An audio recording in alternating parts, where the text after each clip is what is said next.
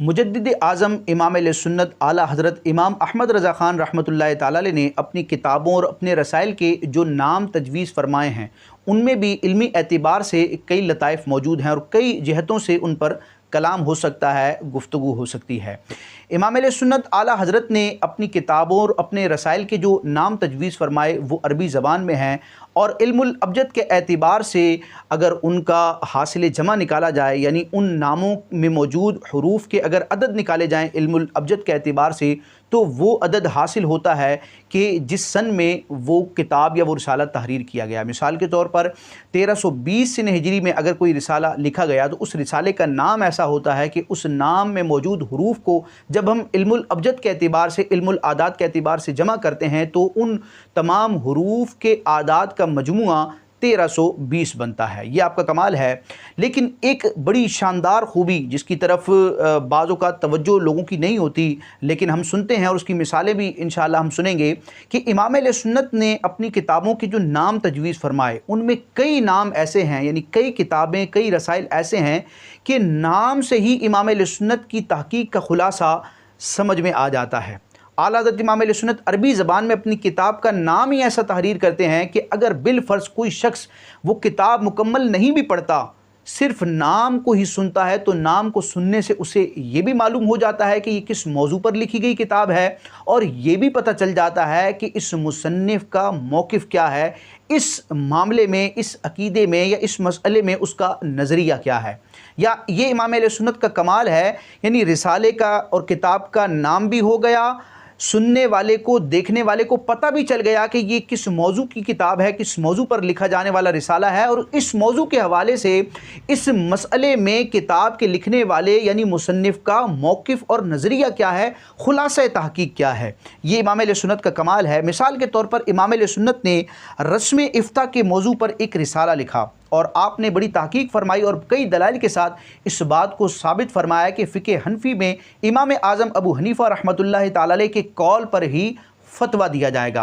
अब इसके मुकाबले में इमाम अबू यूसुफ़, इमाम मोहम्मद का कौल आता है, दीगर अहनाफ़ फ़ुक़हा का, मुज्तहिदीन का कौल अगर आता है तो उसमें क्या तत्बीक होगी और खुलासा कलाम क्या होगा। तो इसमें बड़ी सूरतें, शिकें बनती हैं। हर सूरत का जवाब इमाम अहले सुन्नत ने अपनी इस किताब में, रिसाले में तहरीर फरमाया है और खुलासा कलाम ये है, खुलासा तहक़ीक़ ये है कि अलल इतलाक़ फ़िक़्ह हनफ़ी में इमाम आज़म अबू हनीफ़ा रहमतुल्लाहि ताला अलैह के कौल पर फ़तवा होगा। इमाम आज़म के शागिर्दों ने जो अक़वाल किए वो भी दर हकीकत इमाम आज़म ही के अक़वाल हैं। अब रस्म इफ्ता की किताबों में इसको डिटेल के साथ उलमा ने, फ़ुक़हा ने ज़िक्र किया, जैसे कि अल्लामा शामी रहमतुल्लाहि ताला अलैह ने भी अपने किताब जो रस्म इफ्ता के हवाले से मशहूर ज़माना है, शरह उक़ूद रस्मुल मुफ्ती, उसमें भी इस तहक़ीक़ को ज़िक्र फरमाया। इमाम अहले सुन्नत ने भी अपने इस रिसाले में इसको ज़िक्र किया। तो वो अहले इल्म जानते हैं कि इस मसअले का मतलब, मफ़हूम और मुराद क्या है कि फ़िक़्ह हनफ़ी में अलल इतलाक़ फ़तवा इमाम आज़म अबू हनीफ़ा नौमान बिन साबित रज़ियल्लाहु ताला अन्हु के कौल पर ही दिया जाएगा। अब इसका मतलब, मफ़हूम क्या है, उसको रस्म इफ्ता की किताबों में देखा जा सकता है। अब इमाम अहले सुन्नत ने इस मौजू पर जब ये किताब तारीफ़ फरमाई और बड़ी शानदार किताब है, अरबी ज़बान में है, जिसका तर्जमा भी मौजूद है।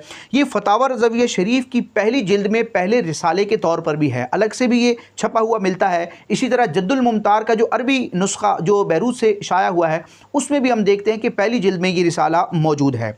अब रिसाला था रस्म इफ्ता के मौजू पर और उसमें बयान ये किया गया कि अलल इतलाक़ इमाम आज़म अबू हनीफ़ा के कौल पर फ़तवा दिया जाता है।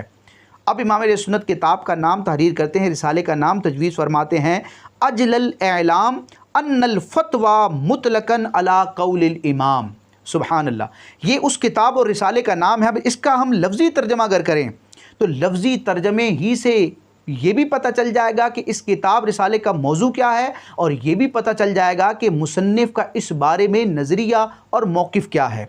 अजलल एलाम अन्नल फ़तवा मुतलकन अला कौलिल ईमान अला कौलिल इमाम, यानी इसका खुलासा और तर्जमा ये है कि रोशन तर आगाही इस बात के बयान में कि फ़तवा कौल इमाम पर है। आला हज़रत इमाम अहले सुन्नत का ये कमाल है जिसको हम सुन रहे हैं कि इमाम अहले सुन्नत अपनी किताबों के नाम जब तजवीज़ फरमाते हैं तो आपकी कई किताबों, कई रसाइल के नाम ऐसे हैं कि नामों को पढ़ने और सुनने से ही पता चल जाता है कि ये किताब, ये रिसाला किस मौजू पर लिखा गया और इस मसअले में, इस मौजू पर उस मुसन्निफ़ की تحقیق کیا ہے، اس کا خلاصہ کیا ہے اور اس کا موقف کیا ہے۔ امام اہل سنت اعلیٰ حضرت کا ایک رسالہ، ایک کتاب ہے جو فتاوی رضویہ شریف کی 30ویں جلد میں پہلے رسالے کے طور پر موجود ہے، جس میں افضلیت مصطفیٰ علیہ السلام کے موضوع پر دلائل موجود ہیں۔ 130 کے قریب احادیث امام اہل سنت نے اس باب میں ذکر کی ہیں کہ نبی کریم علیہ السلام ساری مخلوق میں سب سے افضل ہیں۔ مخلوق میں سب سے بڑا درجہ نبیوں اور رسولوں کا ہے۔ نبی کریم علیہ السلام نبیوں اور رسولوں میں بھی سپیریئر ہیں، سب سے فائق ہیں۔ اب یہ پورا رسالہ ہے، پوری کتاب ہے۔ امام اہل سنت اس کا عربی میں نام تجویز فرماتے ہیں۔ عربی میں نام یہ ہے تجلی الیقین بأن نبینا سید المرسلین۔ یہ اس رسالے اور کتاب کا نام ہے۔ اب رسالہ کس موضوع پر تھا؟ نبی کریم علیہ السلام کی افضلیت مطلقہ کے بیان میں، اور موقف امام اہل سنت نے جو اس میں بیان فرمایا وہ یہ ہے کہ نبی کریم علیہ السلام ساری مخلوق میں، بلکہ نبیوں اور رسولوں میں بھی ہم دیکھتے ہیں تو نبیوں اور رسولوں میں بھی سب سے افضل و اعلیٰ ہیں۔ ساری خلق خدا میں بشمول انبیاء اور مرسلین علیہم السلام نبی کریم علیہ السلام سب سے افضل ہیں۔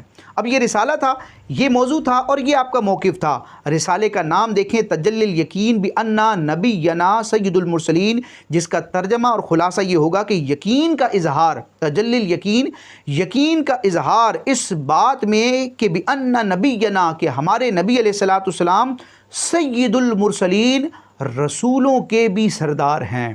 تو اب یہاں ہم دیکھتے ہیں کہ جس موضوع پر رسالہ تھا اور اس موضوع سے متعلق امام اہل سنت کا جو موقف تھا، ان دونوں باتوں کا بیان ہمیں اس رسالے، اس کتاب کے نام سے ہی مل جاتا ہے۔